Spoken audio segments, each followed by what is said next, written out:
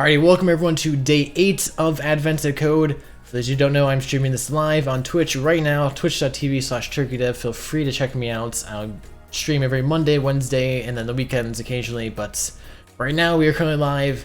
Day 8 is starting in 15 seconds, so let's get into it. Let's hope that this goes better than part 1 of yesterday. Part 1 of yesterday was a disaster. It was not good. So here's hoping today's to go better. In 3, 2, 1. What is our question of the day?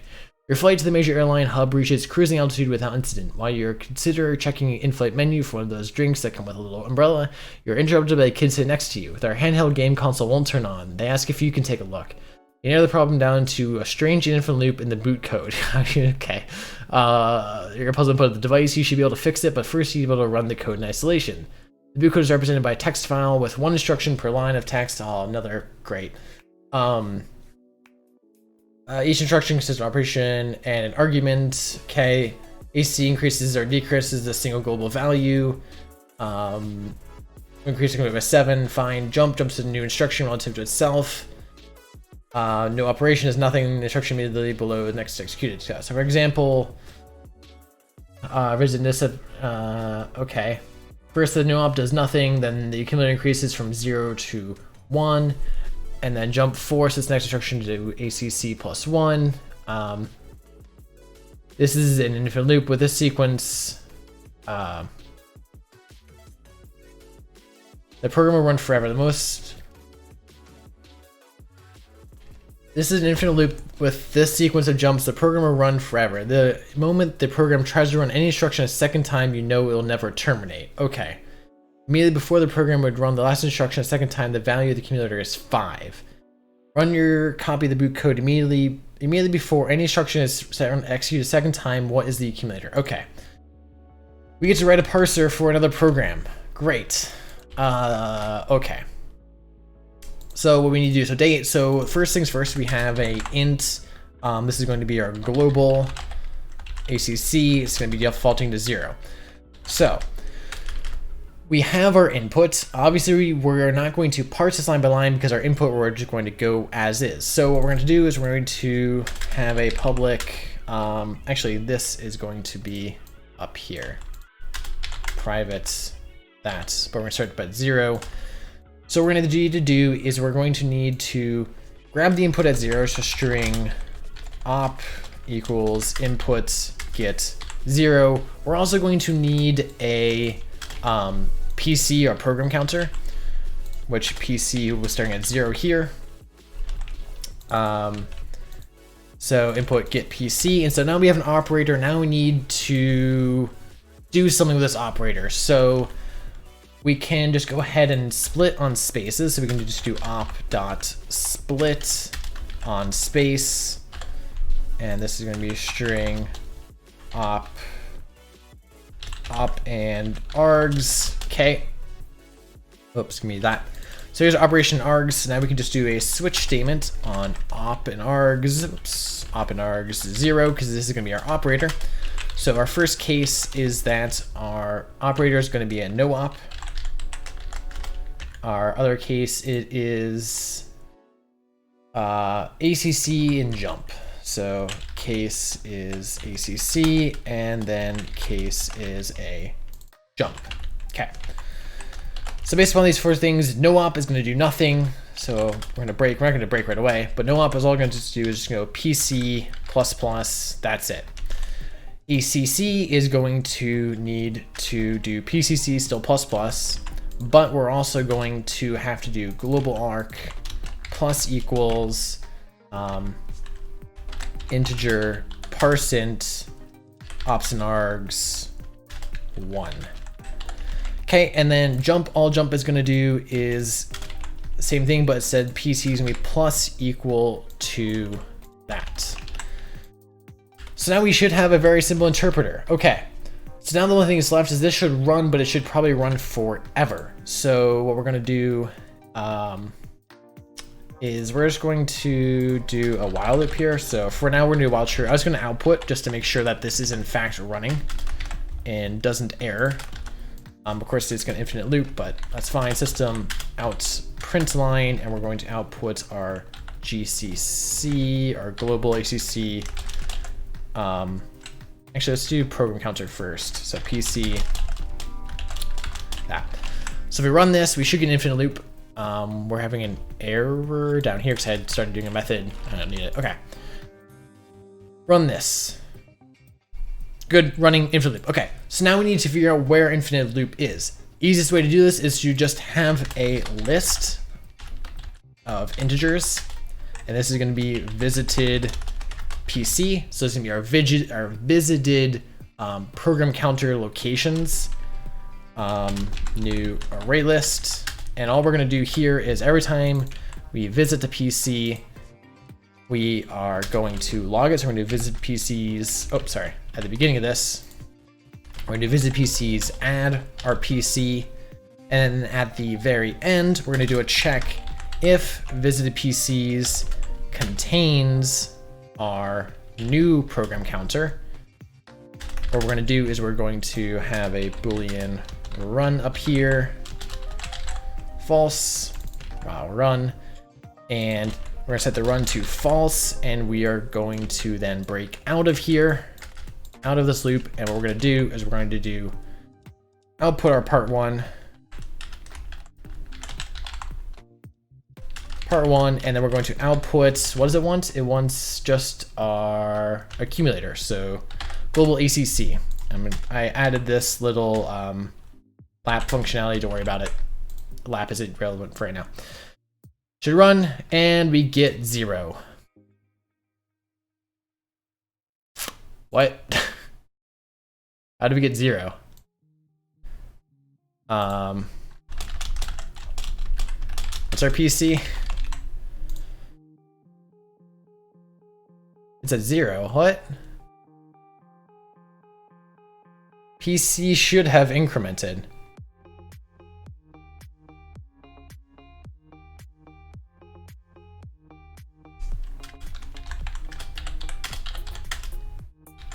How is our PC still 0?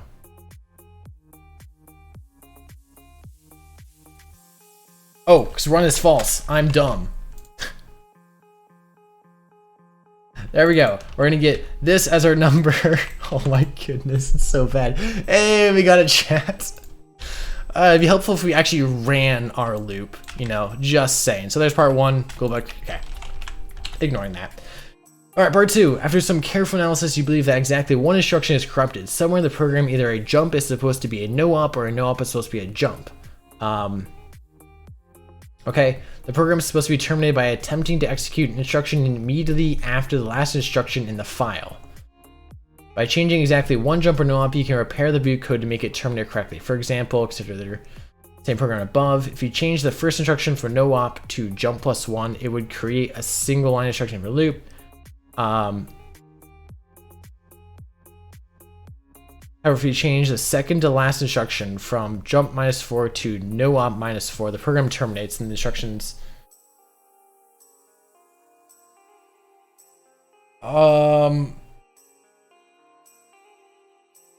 To fix the program so that fix the program so it terminates it normally by changing exactly one jump to no-op or one no-op to jump. How am I supposed to figure this out?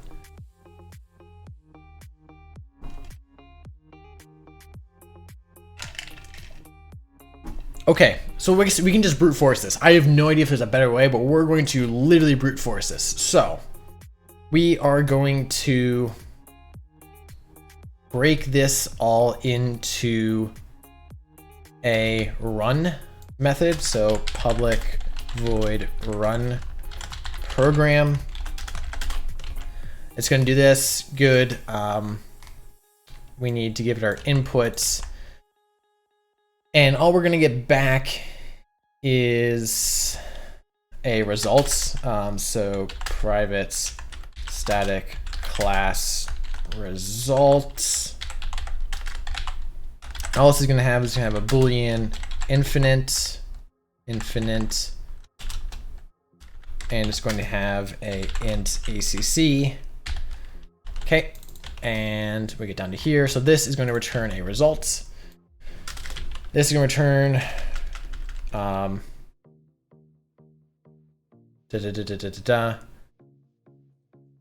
only other way to get out of this is if else if we need a result here. To return new results. Okay.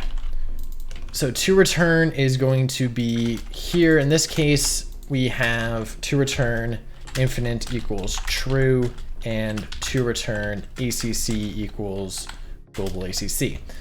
The other case is if PC is greater than or equal to the input size. If we get to this case, again, run is false, but now we have no infinite. Okay. And then here we just return to return. Okay.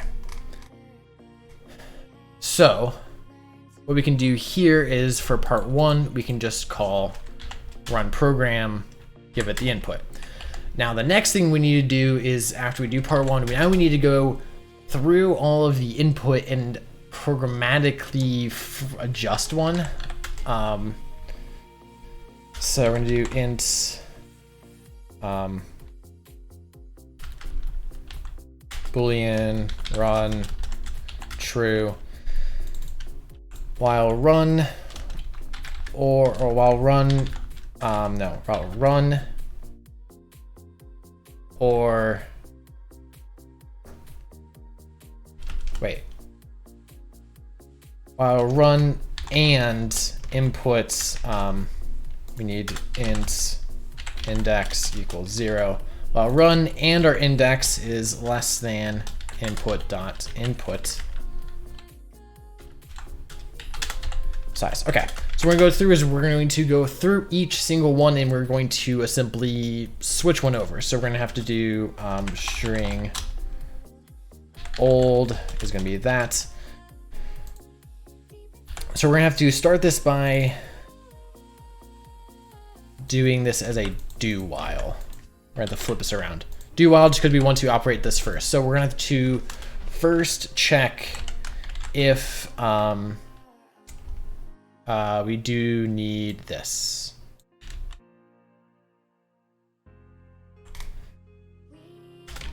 This is not PCC, this is gonna be index. Okay, these can actually be moved into here. Right, like this, because these get returned. Okay, so we're going to actually need results. Res is that, and so res dot ACC. Okay. So we have the operator here, ops and args. So if ops and args, if it equals a AC, we just change jumps and no ops, right? Jump to no op or no op to jump. So if it is a no op, so boolean found is false, so while not found, or again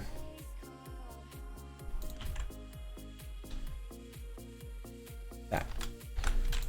So when you go through until we need to keep going through each index in our program and flip and check to see if we can flip it. So basically we check if it's no up or jump, because if it's a ACC, we just skip over that line. This is how we're gonna skip over those lines. So else if, didn't copy that. There we go. So now we're going to then do found is true. Found is true, good. If ops and args 0 is that, ops and args 0 is, this is a jump. So what we're gonna do here is found is true, we're gonna set old to no op, and we're going to here set old to jump. And what we're gonna do here is we're going to do input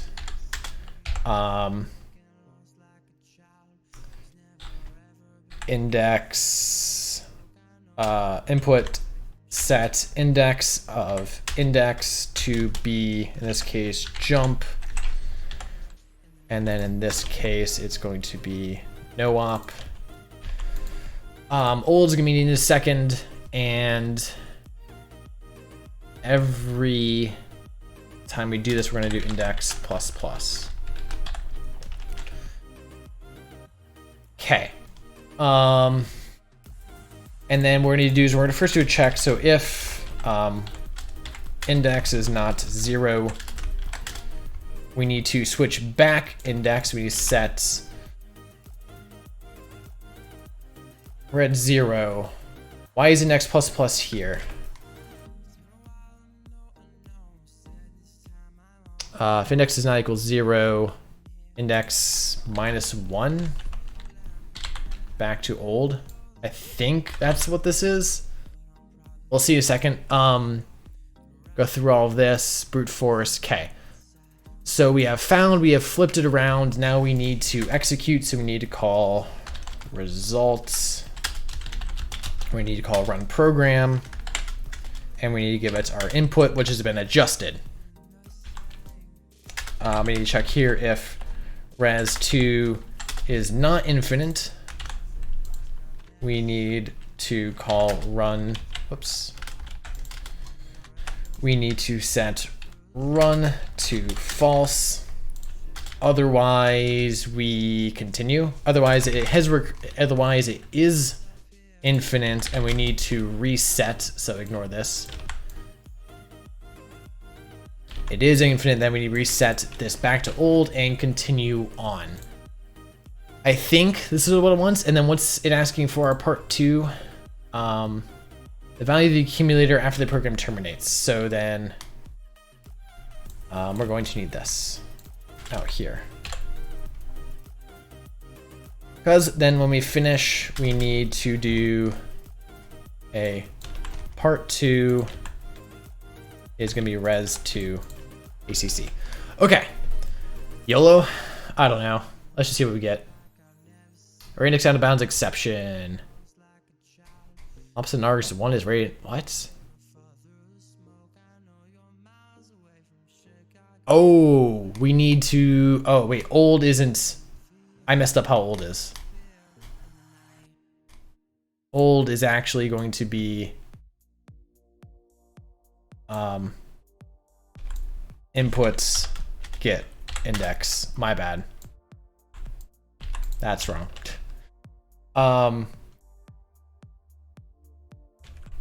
Old replace no op with jump. Sorry. This was done incorrectly. And this is jump, and then this is no op. All right, let's see if this works. Please, fingers crossed.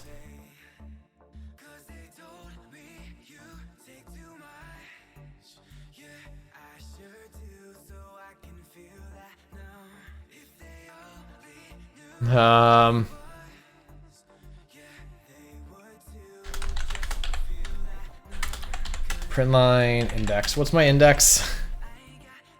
Wait, is index ever increasing? Oh, index is never going up. I was causing an infinite loop with my own code. Good job, me.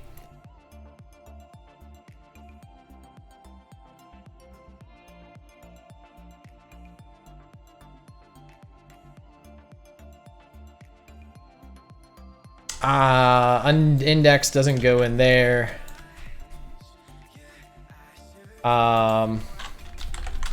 Else index there.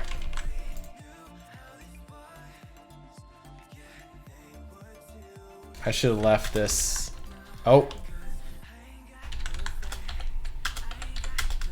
I should have left the index there. Eventually I'll get this right, chat.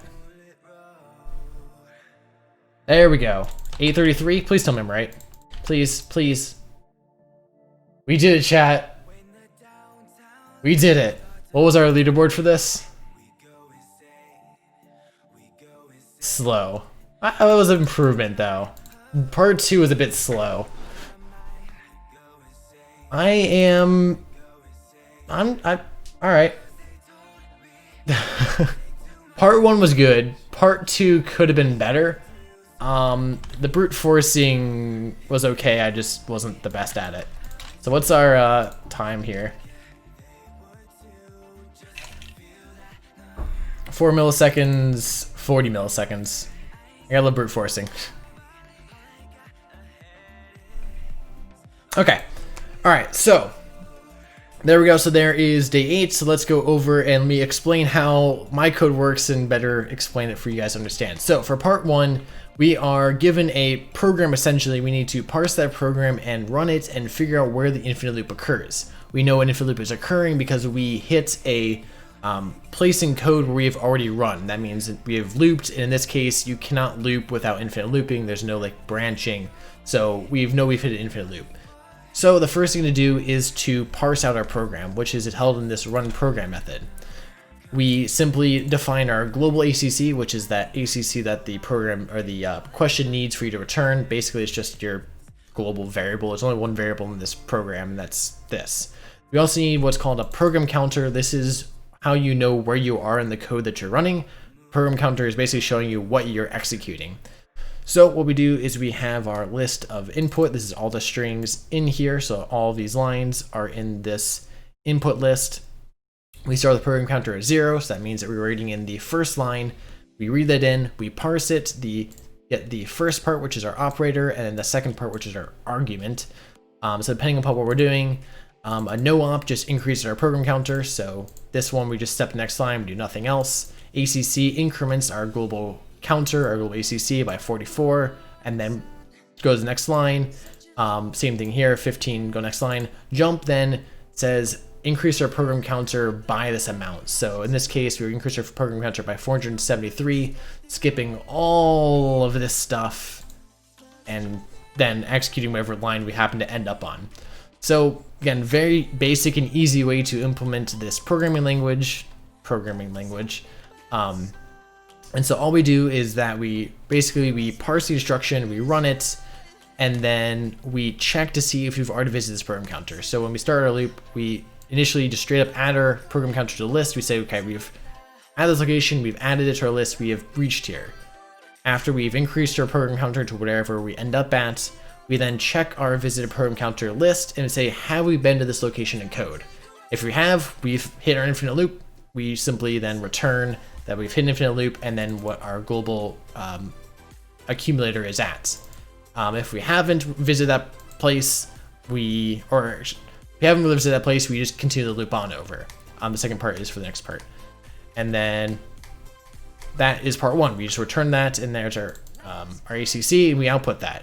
Part 2 now we need to fix that infinite loop and figure out why we are infinite looping. To do that, it gives us that we need to change one no-op or one jump. We need to flip a no-op to a jump or a jump to a no-op to basically get out of this loop. My solution is to basically brute force this. We start at line 1. Is this a no-op or jump? No. Next line. No-op or jump? No. Next line. No-op or jump? No. Next line. No-op or jump? This is a jump, so we're going to change this to a no-op. Now execute this program as if this is a no-op.